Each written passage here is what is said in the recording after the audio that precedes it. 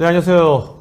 이번 세션에서는요, 이제 우리가 배운 이제 세이지메이커, AWS의 세이지메이커를 국내에서 기업들이 어떻게 활용하고 있는지 실제 프로젝트를 직접 수행한 베스핀 글로벌의 조창윤 팀장이 모십니다. 안녕하세요. 안녕하십니까. 네. 근데 어떻습니까? 국내에서 세이지메이커 많이 쓰고 있나요? 어떤가요, 지금?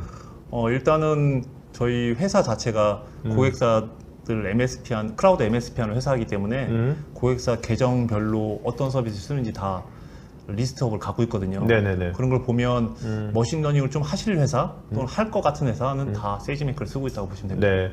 그럼 이제 오늘 이제 소개해 줄 사례들은 팀장님께서 직접 경험하신 사례들이죠?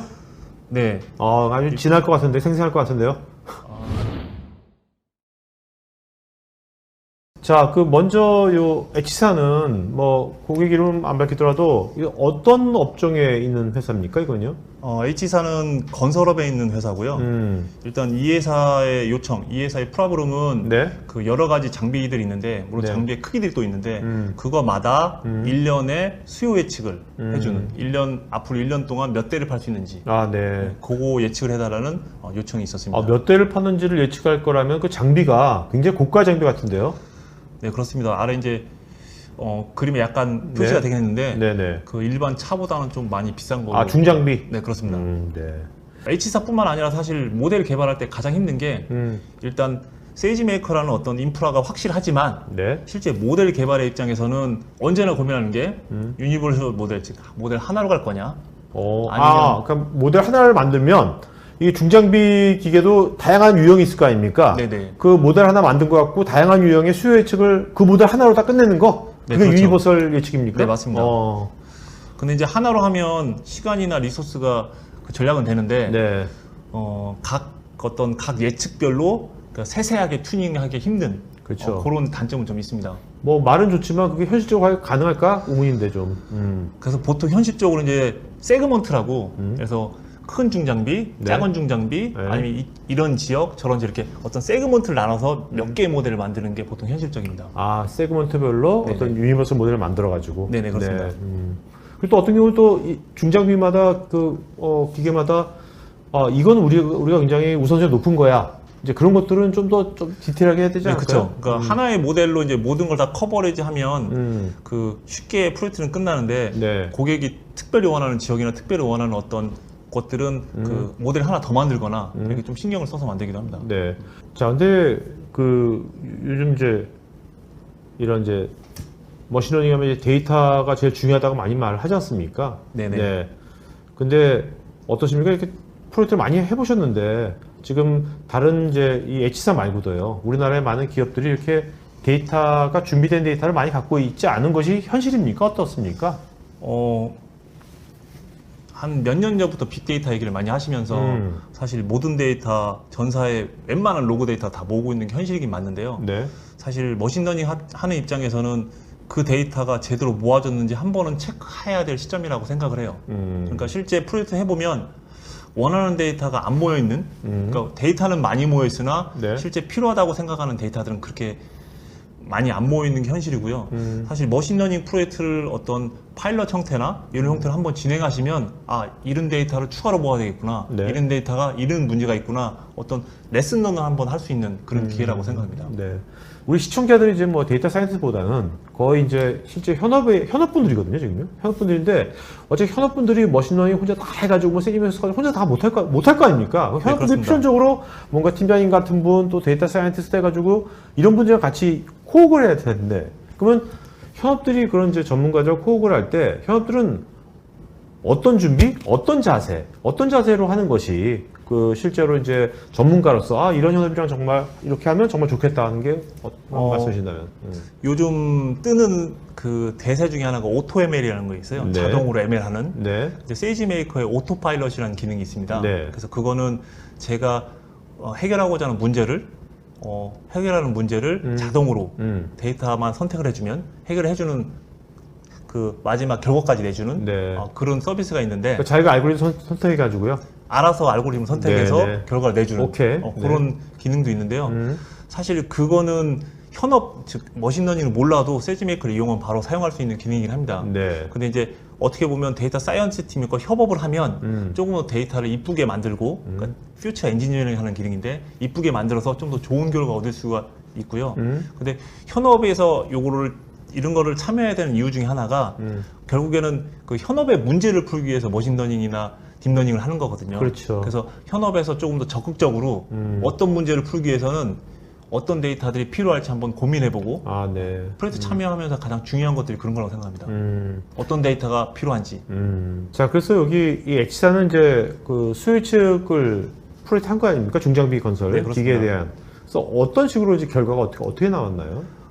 H사 같은 경우는 기존에 R이라는 랭귀지가 있습니다. R로 수요측을 한 게 있는데 그거를 베이스라인으로 삼아서 그거보다 무조건 잘 나오게 하는 프로젝트였고요. 네. 그래서 쉽게 어떻게 보면 결과를 도출할 수 있는 이거보다 잘 나오면 되니까요. 네네네. 근데 이제 기존에 해보시지 않은 고객사들은 이렇게 라인을 딱 그세요.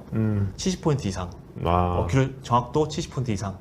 근데 사실 해봐야 70이 나올지 네. 20이 나올지 모르잖아요. 그래서 그렇게 숫자를 명시하시는 고객분들과 하기는 조금 힘든 면은 있습니다. 그러니까 어떤 절대 평가보다는 네네. 어떤 뭐 기준점이 있어가지고 상대 평가하는 게 네, 그쵸. 훨씬 더 합리적이겠네요. 그러니까 데이터가 좋은지 나쁜지도 모르고 70점 맞는 건 어렵거든요. 사실. 그렇죠. 자, 요 S사는 어떤 회사입니까? S사는 전자회사인데요. 네. 그러니까 SCM 시스템이 있는 전자회사인데요. 여기도 수요 측입니다. 근데 뭐가 다른 거예요? 아까 수요 측하고. S사 같은 경우는 네. 세이지메이커 활용 정도가 약간 틀립니다. 네. 그래서 S사 같은 경우는 그 H사보다 좀 큰 회사거든요. 그래서 데이터 사이언스 팀이 있습니다. 있으시고요. 거기서 기존에 그 파이썬으로 아주 잘 만든 소스가 운영되고 있는 네. 그런 회사고요.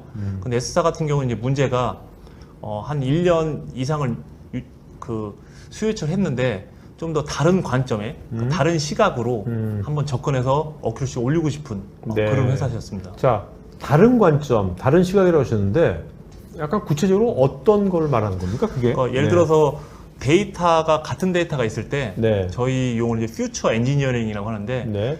데이터를 새로 만들거나 있는 데이터에서 새로 데이터를 만들거나 있는 데이터의 어떤 중요도에 따라서 데이터를 이렇게 혼합하거나 그런 어떤 데이터를 짬뽕? 네네네. 좀 표현이 그렇지만 데이터를 핸들링함에 따라서 어떻게 핸들링에 따라서 결과가 틀려지고 그러니까 이제 우리가 이 머신러닝을 학습시킬 때 데이터를 갖고 학습시키지 않습니까? 네네. 근데 예를 들면 학습시키는데 얘를 데이터 1서부터 100까지 이렇게 하다가 어떤 경우에는 117 순서를 바꾼다든지 조합을 바꾼다든지 네, 뭐 맞습니다. 이런 식으로 그것도 하나의 하는 거- 방법입니다. 네네. 그런 것도 있고요. 네. 그 다음에 그 수요측을 하기 위한 여러 가지 그 오픈된 알고리즘이 많거든요. 근데 이제 오픈된 알고리즘이 한 수백 가지 이상 될 거라고, 한 만 가지는 될 거라고 생각하는데 그렇죠. 그 실제 데이터 사이언스 팀이라도 사실 쉽게 익숙하고 그 다음에 많이 사용해보는 것들을 많이 사용하는데 이 프로젝트 같은 경우에는 그 2주에 한 번씩 신규 알고리즘을 계속 적용해서 네. 그 데이터 엔지니어, 퓨처 엔지니어링 따로따로 계속 하면서 네. 신규 알고리즘 적용하면서 그릇이 어떻게 변하는지 계속 체크한 그런 사이트입니다. 자, 근데 그렇게 해가지고 뭐 데이터 순서를 데이터의 관점도 달리하고 또 다양한 그동안 적용하지 않았던 알고리즘들 해서 새로운 모델을 또 계속 트레이닝했던 거 아닙니까? 네네. 그래서 결과가 어떻게 나왔습니까? 결과가 기존보다 좋은 데도 있었고요. 네, 나쁜 데도 그럴 있었고요. 것 같아요. 네, 네. 그렇습니다. 그래서 여기서 뭔가 그래서 이 전자회사가 이 수요 측을 뭐 다양한 방식으로 새롭게 하고 나서 이 현업이라든지 이런 데서 자기들이 그동안 안 봤던 관점도 봤습니까? 그렇죠. 많이 봤죠. 그러니까 그건 되게 어떻게 보면 큰- 퓨처 엔지니어링이라는 자체가 데이터를 핸들링하는 자체가 자기 경험과 어떤 스터디 또는 어떤 그렇죠. 새로운 아이디어가 붙는 거거든요. 아, 그러니까 각 사람의 어떤 맨파워도 있지만 네. 어떤 고민의 능력, 그다음에 경험의 능력이 막 붙거든요. 네네네. 같은 데이터라도 이 데이터가 어떻게 변형되느냐에 따라서 머신러닝의 결과가 틀려지니까 그런 것 때문에 지금 말씀 들어보니까 이게 사실 그 데이터에 있는데 그 데이터를 자기가 원래 갖고 있던 자기만의 또 사람이라고 편견이 있는 거지 않습니까? 네, 선입견이라는 그렇습니다. 게요. 그걸로만 쫙 하는 것이 아니라 지금 말씀하신 순서를 이렇게 조합을 바꾼다든지 또 다양한 또 다른 또 알고리즘을 해가지고 어떻게 보면 자기가 그동안 내가 그래 직관적으로 하면 돼 내가 갖고 있는 거 이렇게 하는 것이 아니라 전혀 어떻게 보면 이제 편견 없이 좀 다시 세상을 보면 내가 보지 못했던 것들을 볼 수가 있겠네요. 네, 그렇습니다. 이런 어프로치가 되게 어떻게 보면 지금 말씀 들어보면 머신러닝이라는 것은 어떤 한번 만들어 놓고 그것이 끝나는 것이 아니라 계속적으로 학습을 하면서 계속해서 지속적으로 발전해 나가야 된다는 생각도 들고요. 지금 다른 IT 서비스처럼 한번 구축해 놓으면 수요 예측을 계속 하게 되지 않습니까? 자동으로. 네네. 근데 어느 순간부터 수요 예측 정확도가 떨어지기 시작해요. 그러니까 세이지메이커는 모니터라는 기능이 있어서 실제 인풋되는 데이터와 아웃풋되는 데이터를 다 계속 저장해서 통계적으로 그걸 계속 점검을 해요. 네네. 데이터가 어큐리시가 떨어질 것 같다. 근데 그건 이제 세이지메이커 서비스를 이용하는 거고, 사실 사람이 보기에 어큐리시가 떨어지네 하면 어떤 모델의 변형이 필요해요, 사실은. 그렇죠. 어떤 퓨처 엔지니어링이나 다른 네네네. 모델을 사용하거나 한 번 구축한 게 영원히 똑같은 어큐리시를 만들지 그렇죠. 않습니다. 네. 자, 디사는 어떤 회사입니까? 디사는 플랜트 만드는 회사거든요. 근데 플랜트가 가끔 장애가 발생한대요. 근데 장애가 발생하는데 장애가 발생할지 어노멀 디텍트 이상징후 파악하는 예지 정비하는 거와 그다음에 장애가 났을 때 어디가 원인인지. 네. 요 디사 같은 경우는 심지어 한 3일 정도 그 장애 복구를 하는 경우도 생긴대요. 이 플랜트를. 네. 플랜트라는 게 엄청나게 큰 프로젝트지 않습니까? 네. 그 장애를 벌어질 것을 미리 예측을 해서 방지하면 그 엄청난 그 수익성에 엄청난 큰 영향을 미칠 것 같은데.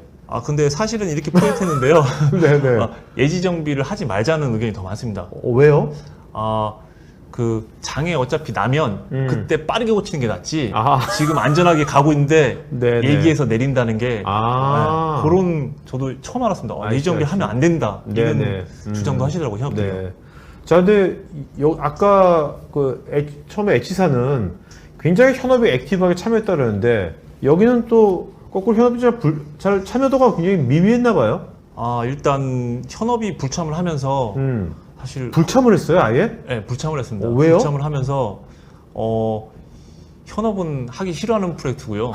본인들이 이제 감으로 이건 어느 장애다 이렇게 계속 아시는데 뭘 그걸 해야 되냐 이렇게 네네네. 그런 입장이셨고요. 그다음에 IT 부서는 해야 된다 이런 네. 입장이라서 IT 부서가 했는데 현업이 불참하니까 사실 이 데이터가 무슨 데이터인지도 모르겠고 이게 그냥 스테이터스 장애냐 아니냐 뭐 괜찮냐 안 괜찮냐 이런 데이터인지 아니면 어떤 변경 데이터인지 네네네. 그 다음에 각 플랜트별로 그 퓨처 그 컬럼 개수가 좀 틀려요.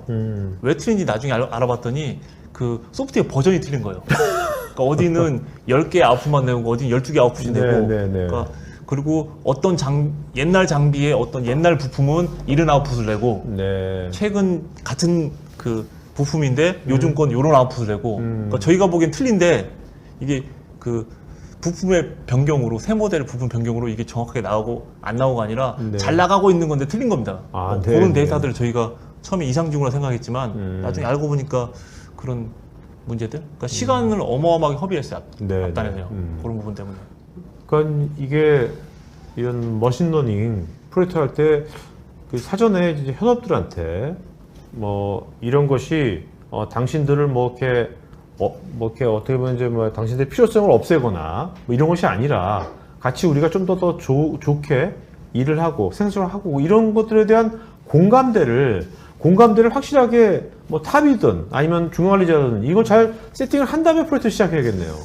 그렇죠. 그 현업의 어떤 도움 없이 IT에서 할 수 있는 게 만약 한계가 있습니다. 데이터 레벨의 어떤 이해가 필요한 거라서 IT에서 무작정 밀어붙이신다고 될 수 있는 프로젝트는 아닌 것 같고요. 네네. 근데 현업에서도 사실 이 프로젝트를 한다고 본인이 어떤 잡을 잃거나 그런 건 아니거든요. 네. 어떻게 보면 본인이 하던 일을 좀 더 하이레벨 일을 할 수 있고 좀 더 본인이 그 머신러닝을 좀 이해한다면 좀 더 큰 그림을 그릴 수 있는 그런 기회이신데 결론적으로 IT와 현업이 손잡고 같이 해야 되는 프로젝트라고 생각합니다. 오늘 이렇게 말씀을 나눠보니까 그 어떤 지금 결국 이제 머신러닝이라는 것은 이것은 머신러닝 자체가 목적이 아니라 현업의 어떤 문제를 풀기 위해서 머신러닝을 우리가 활용하는 거지 않습니까? 당연합니다. 네, 그렇다면 이게 현업들이 여기에 굉장히 액티브하고 또 이제 쉽게 공감대를 하면서 참여를 어떻게 시킬 거냐가 어떻게 머신러닝 프로젝트를 어떻게 우리가 많이 활성화시킬 거냐에 굉장히 중요한 전제 조건이 되겠네요. 누가 그러시다고요? 주식 그 예측은 절대 수요 예측은 안 된다. 머신러닝은 AIM이건 전 세계 최고의 석학이 내일 주식이 오를 거라고 예측을 하면 그렇죠. 모든 사람이 다 산대요. 네, 네, 그래서 네. 떨어진대요. 아, 네. 그러니까 절대 안 된다. 네. 그렇게 안 되는 문제도 사실 있다는 걸 말씀드리는 거고요. 그 다음에 머신러닝을 하실 때 어떤 숫자를 얘기한다는 건 되게 어려운 문제입니다. 제 입장도 그렇고 고객분 입장도 그렇고요. 아까 지금 뭐 에큐리시가 70% 80%인 거? 네. 그게 데이터가 어떤지도 모르고 70, 80이라는 얘기가 하기 되게 힘들고요. 네. 그 다음에 70, 현재 어큐리시가 70인데 80까지 올려달라 하시는 고객도 있는데요. 70과 80의 차이는 어마어마한 차이입니다. 네, 네. 근데 70과 80에 올리는데 가장 문제가 뭐냐면 70에서 80으로 어큐러시 올렸을 때 우리 회사가 가지는 이익을 숫자로 만들기가 너무 힘듭니다. 머신러닝은. 네, 네. 70에서 80으로 오르면 사실 SCM 입장에서 엄청나게 이득이 되거든요. 창고에 네, 스톡도 네. 줄고. 그렇지만 그걸 숫자로 만들어서 이번에 70에서 80을 올렸기 때문에 우리 회사에 100억의 이익이 생깁니다라고 이 숫자를 만들기는 너무 힘듭니다. 그렇죠. 왜냐면 100억의 이익을 만드는데 그 요소가 이것만 있는 게 아니고 다양한 게 있기 때문에 그래서- 복합적이기 때문에. 그렇습니다. 네. 근데 이제 아직까지는 C레벨 분들 또는 실제 탑레벨 분들께서 머신러닝을 하라고 하시면서 결국 그 숫자를 요청하십니다. 아, 네, 네. 그게 어떻게 보면 가장 걸림돌이 아닌가 싶습니다. 프로젝트에. 네, 알겠습니다. 오늘 아주 그래도 그 어려운 내용을 그래도 최대한 쉽게 알기 쉽게 설명해 주셔서 고맙습니다. 네, 네, 감사합니다. 고맙습니다.